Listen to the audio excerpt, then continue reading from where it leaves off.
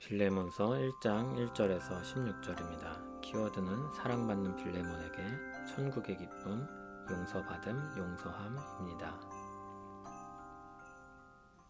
그리스도 예수를 위하여 갇힌 자 된 바울과 및 형제 디모데는 우리의 사랑을 받는 자요 동역자인 빌레몬과 자매 아비아와 우리와 함께 병사된 아키뽀와 내 집에 있는 교회에 편지하노니 하나님 우리 아버지와 주 예수 그리스도로부터 은혜와 평강이 너희에게 있을지어다.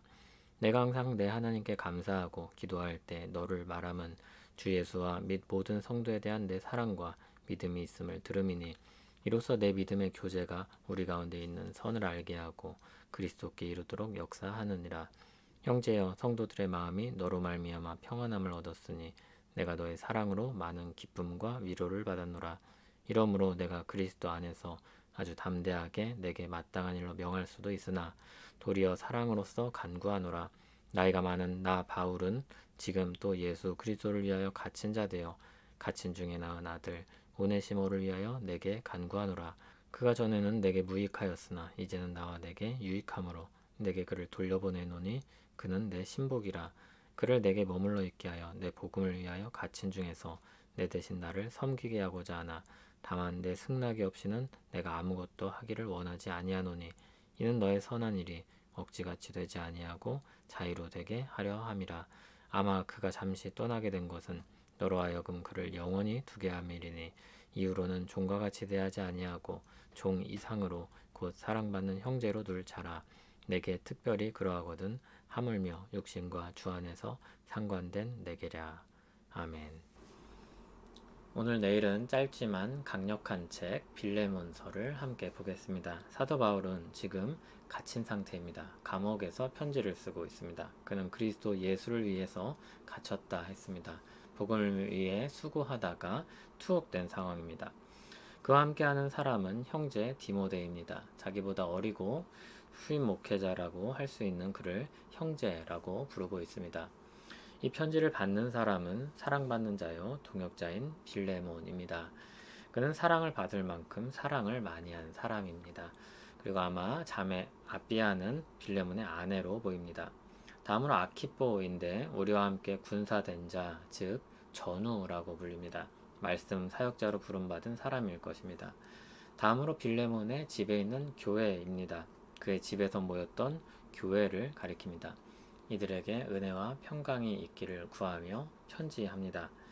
그러나 주된 대화의 대상은 빌레몬입니다. 4절부터 나오는 너는 빌레몬을 가리킵니다. 빌레몬은 사도 바울이 기도할 때마다 감사하며 생각하게 되는 사람입니다. 사도 바울은 빌레몬에 대한 칭찬을 다른 사람들로부터 많이 들었습니다.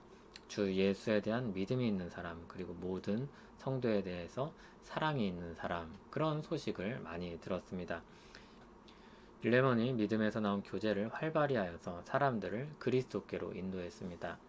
그것은 모든 선한 일에 대한 지식을 그가 가지고 있었기 때문입니다. 간단히 말해서 성경을 잘 알고 있었기 때문입니다.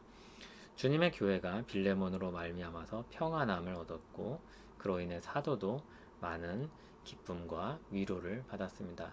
이런 사람이기 때문에 사도 바울에게 아끼는 사람이요 기도할 때마다 또 기도하게 되는 사람으로 여겨진 것입니다. 7절을 보면 빌레몬의 사랑을 특히 강조합니다.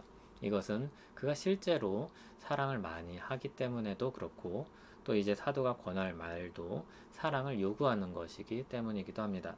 8절 9절에는 사랑으로 행하는 빌레몬에게 사랑으로서 부탁한다고 말합니다.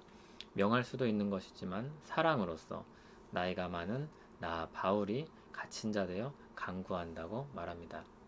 어떤 뉘앙스인지 느낌이 오실 것입니다.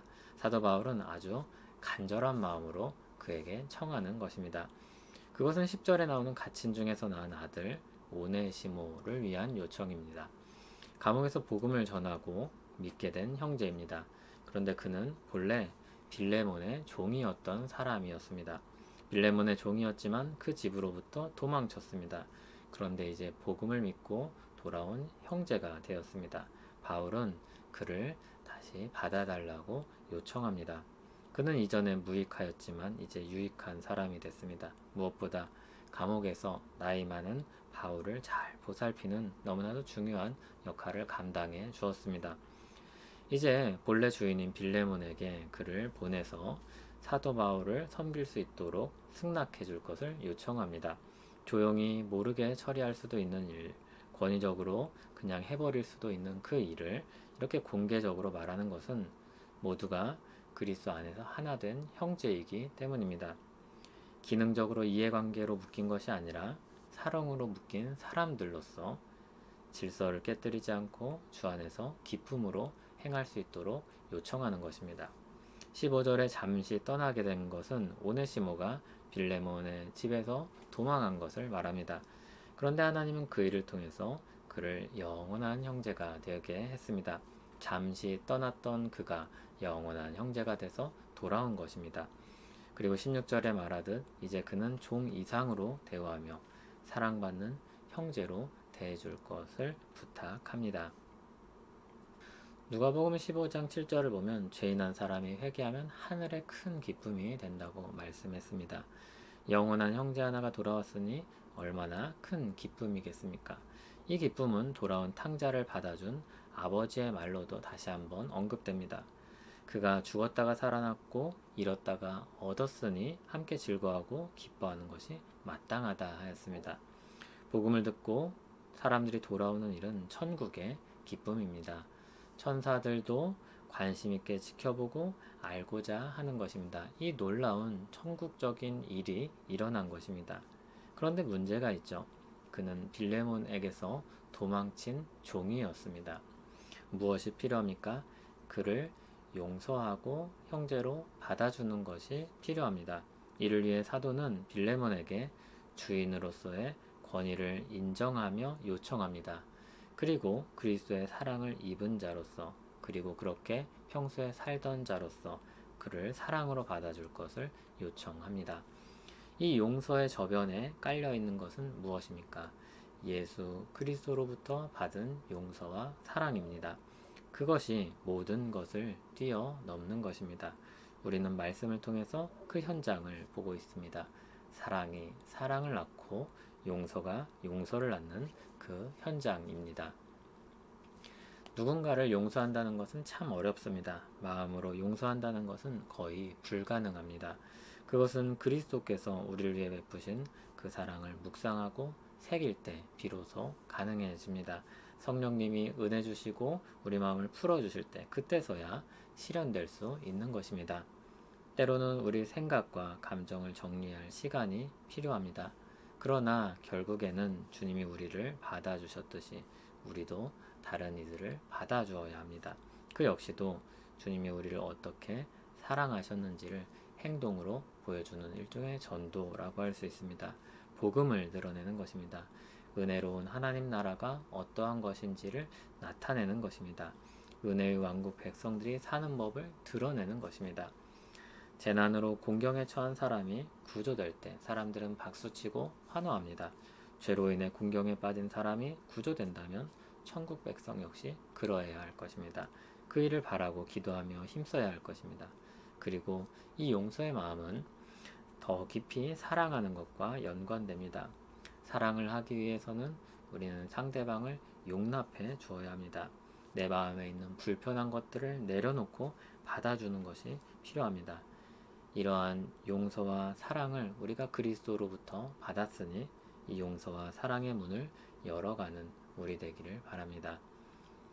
우리가 받은 큰 용서와 사랑을 기억하며 우리도 용서하고 사랑하는 자가 되기를 원합니다.